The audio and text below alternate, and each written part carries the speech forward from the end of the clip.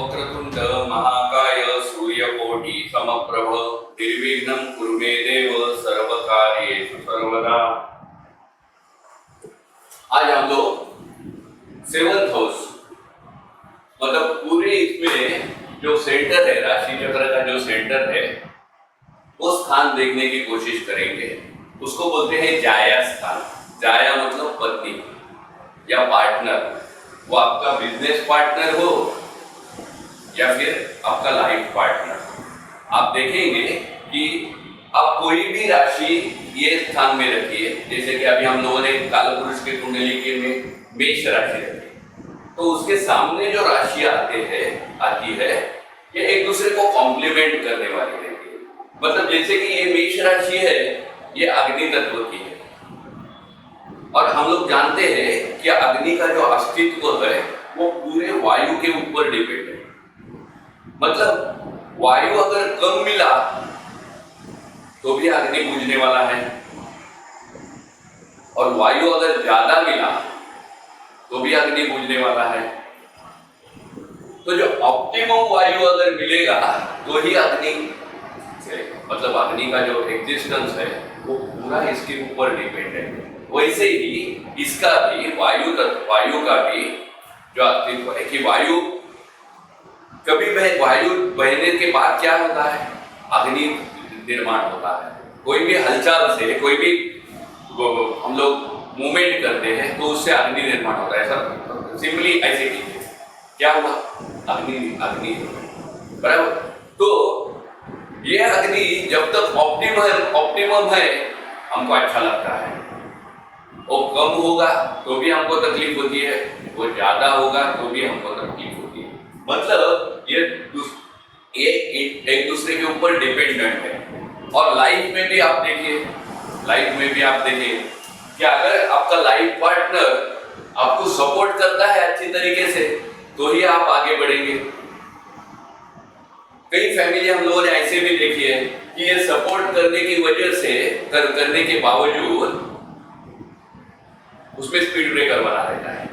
तो क्या होता है, नेचुरली मेरा जो ग्रोथ है, मेरा जो ग्राफ है, वो जो रेट से आगे बढ़ना चाहिए, मेरा पार्टनर ही मुझे अगर रोक रहा है तो क्या होगा, मेरा ग्राफ बराबर नहीं रहेगा। मेरा स्पीड, मुझे जो स्पीड अचीव करना है, मुझे जो स्पीड लेना है वो मैं नहीं ले पाऊंगा। और अगर ये सपोर्ट कर रहा होगा तो नेचुरली आप देखेंगे कि जैसे ऐसे बहुत कम फैमिली हम लोगों को सोसाइटी में दिखाई देते हैं कि मेड, जिसको हम लोग बोलते हैं मेड फॉर ईच अदर, कि ये इसको सपोर्ट कर रहा है और ये भी इसको सपोर्ट कर रहा है, तो दोनों भी हैंड इन हैंड आगे बढ़ सकते हैं। लेकिन ये चीज बहुत से लोग जानते ही नहीं कि ये मुझे कॉम्प्लीमेंट कर रहा है, यही जानता नहीं है। ये ऐसे सोचता है कि ये मुझसे स्पर्धा कर रहा है। तो जो स्पर्धा करने वाला है ना, वो भी हम लोग यही से देखते हैं। मतलब जो मेरा कॉम्पिटिटर है, not only in family life, social life में भी मेरा जो कॉम्पिटिटर है वो भी मैं यहीं से देखता। तो हम लोगों को ये स्थान बहुत ही डेलिकेट है, तो हमको ये समझ लेना चाहिए कि ये इसको कॉम्प्लीमेंट कर रहा है या इसका पैर खींच रहा है। ये समझना बहुत जरूरी है।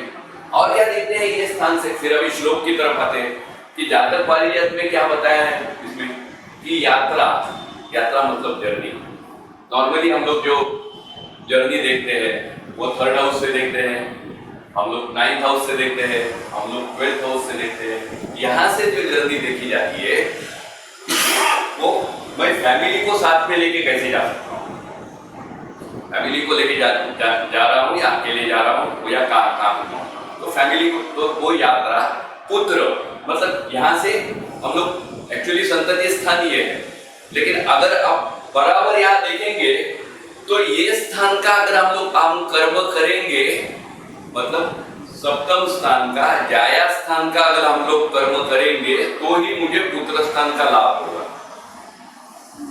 तो पुत्र सौख्य हम लोग यहाँ से देखते हैं, लेकिन वो पुत्र सौख्य मुझे मिलेगा कि नहीं, उतनी कैपेसिटी मुझ में है कि नहीं है, उतना मैं मेरे पार्टनर के साथ घुल मिल जा रहा हूँ, पाता हूँ कि नहीं, ये मैं यहाँ से देखूंगा। तो यात्रा पुत्र, कलत्र मतलब फिर पार्टनर, मतलब अगर ये फीमेल जेंडर की होरोस्कोप है तो उसका हस्बैंड, ये मेल जेंडर की होरोस्कोप है तो उसकी वाइफ, उसके बारे में हम लोग कलत्र सौख्य। अभी बहुत से लोग ऐसे बोलेंगे कि ये कलत्र और सौख्य जो साथ में लिखा है ये कॉन्ट्राडिक्टरी है। आप व्हाट्सएप पे अलग अलग मैसेज देखेंगे तो ये कलत्र और सौख्य साथ में आते ही नहीं, ऐसे कोई बोलेंगे। लेकिन ये श्लोक में ऐसे बताया गया है कि कलत्र से मिलने वाला जो सौख्य है, या दुख भी बोलो आप, ये माइनस सौख्य, ये भी देखना है आपको। तो आपको यहीं से देखना है सौख्यम अखिलम, मतलब ये सभी चीजें, यात्रा मतलब जर्नी, पुत्र मतलब संतति, कलत्र मतलब वाइफ, मेरा पार्टनर, इन सब से मिलने वाला सुख संचिंतये, मतलब आप देखेंगे कि ये अगर मेरे भाग्य में है अच्छा तो ये होने वाला है। ऐसे होता है ना बहुत से टाइम में कि कलत्र ये इस पे कॉन्सेंट्रेट करते हैं। ऐसे होता है ना कि एज अ इंडिविजुअल हस्बैंड बहुत अच्छा है और एज अ इंडिविजुअल उसकी जो पार्टनर है वो भी बहुत अच्छी है, लेकिन इज इट नेसेसरी कि ये दोनों साथ में आएंगे तो अच्छा ही होगा? नहीं, ये मेरे नसीब का भाग है कि पार्टनर अच्छा नहीं, मेरे नसीब का भाग है और उससे मेरा कोऑपरेशन होना, उस हम लोग दोनों साथ में मिलकर आगे चलना, ये भी मेरे नसीब का भाग है। तो ये संचिंतये मतलब ये मैं लेके आया हूं, ये मेरे भाग्य में होगा तो ही मुझे मिलेगा। यात्रा कि मेरे पास पैसा है, मैं घूम सकता हूं, लेकिन ये अगर कोऑपरेट नहीं कर रही है, ये अगर बीमार है, तो ये जो यात्रा मुझे फैमिली को साथ में लेके यात्रा करनी है वो मैं कर पाऊंगा क्या? नहीं कर पाऊंगा। वैसे ही पुत्र कि बाकी सब कुछ है मेरे पास, लेकिन मेरा ये स्थान बहुत ही वीक है। तूल राशि, जिससे हम लोग जब तूल राशि हम लोगों ने देखी थी तो हम लोगों ने देखा था कि तूल राशि से कि शरीरांतर्गत जननेंद्रिय, ये जो अंतर्गत जननेंद्रिय है वो मेरे स्ट्रांग है कि नहीं, और वो स्ट्रांग नहीं होंगे तो मेरा खुद ही ये प्रॉब्लम होगा कि नहीं, ये सुख मुझे नहीं मिलेगा। तो ये मेरा भाग्य है, ये मेरा नसीब है। संचिंतये, ये सभी चीजें संचिंतये मतलब ये सभी चीजें मैं 7th हाउस से देखता हूं। ये सब चीजें मैं 7th हाउस से देखता हूं। बाद में जातक का वर्णन में क्या कहा है?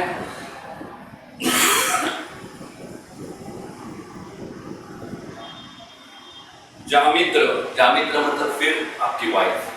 चित्त मतलब आप क्या सोचते हैं, आपकी इनर फीलिंग्स क्या है। चित्त, जामित्र। चित्त, चित्त मतलब इच्छा, आपकी इच्छा क्या है।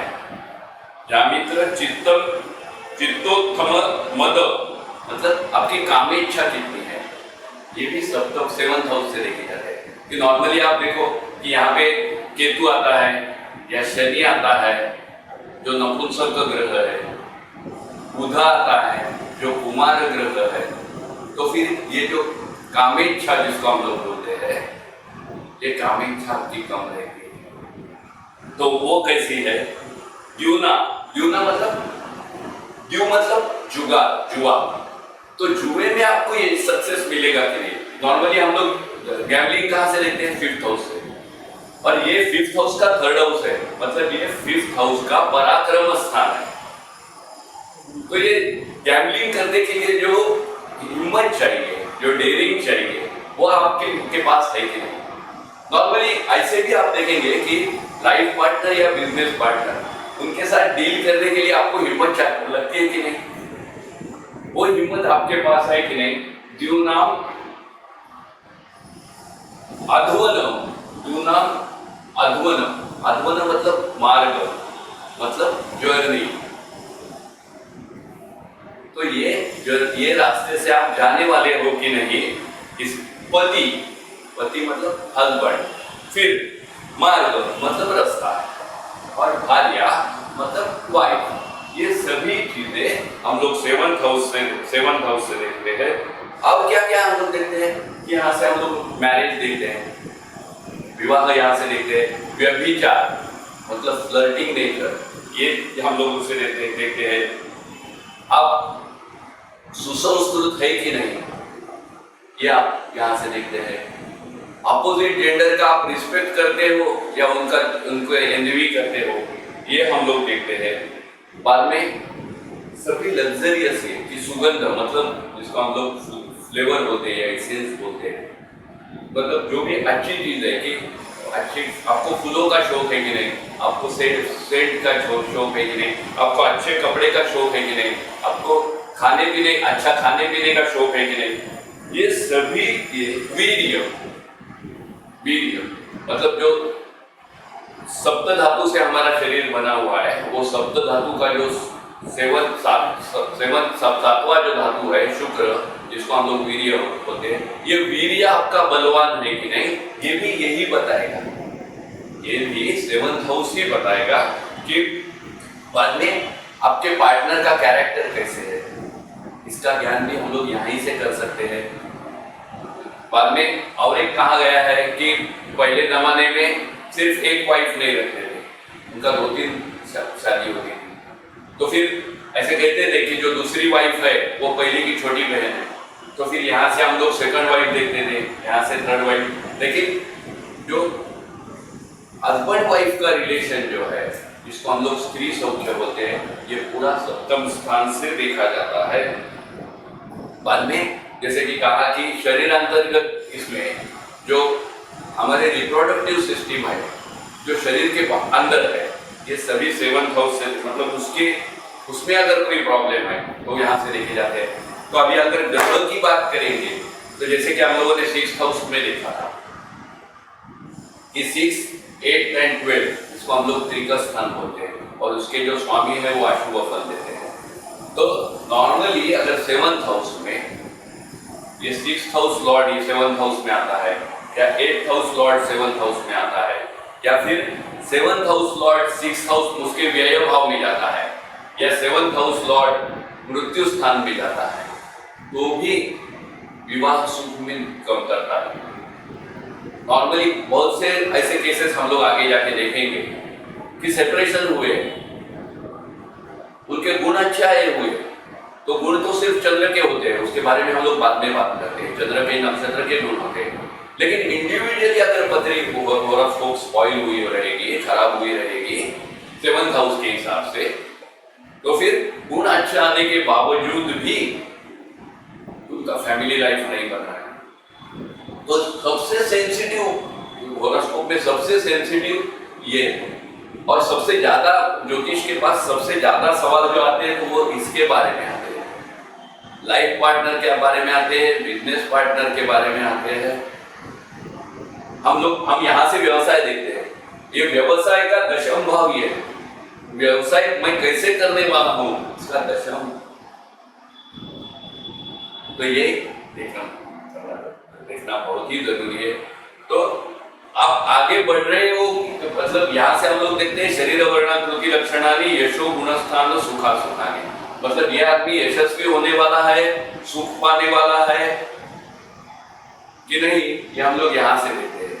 लेकिन हम देखते हैं कि सिर्फ मेरे में जो गुण है उससे मैं आगे नहीं बढ़ रहा हूँ, मेरा पार्टनर मुझे कैसे कोऑपरेट करता है उससे मेरी गति डिफाइन होती है, मैं स्पीडीली आगे बढ़ने वाला हूँ या फिर मैं पीछे रहने वाला हूँ, वो इससे। तो जैसे वास्तु जब भी हम लोगों ने देखी थी, वास्तु में आग्नेय दिशा हम लोग देखी थी, तो आग्नेय दिशा में हम लोगों ने ये एस्ट्रो वास्तु में जब आप रेफर करो तो आग्नेय दिशा में अग्नि भी है और जल भी है, अग्नि ऊपर जाने वाला है और जल नीचे वाला है, मतलब ये दोनों अपोजिट है। तो वैसे ही ये स्थान भी वैसे ही है कि ये कोऑपरेट करेगा तो आप आगे बढ़ोगे, ये अगर आपको रेजिस्ट करेगा तो आपकी गति कभी भी नहीं होने वाली, क्योंकि जैसे शुरू में मैंने कहा कि ये अग्नि जो है ये वायु के ऊपर, उसका एग्जिस्टेंस ही वायु के ऊपर है, तो इसको साथ में कैसे लेना चाहिए ये जब हम लोग प्रेडिक्शन देखेंगे उस टाइम देखेंगे। अब एक बात मैं कहना भूल गया, जैसे कि हम लोगों ने शनि, केतु और बुध की बात की थी, और स्पेशली चंद्र गुरु की बात कहते हैं, चंद्र और गुरु की बात कहते हैं।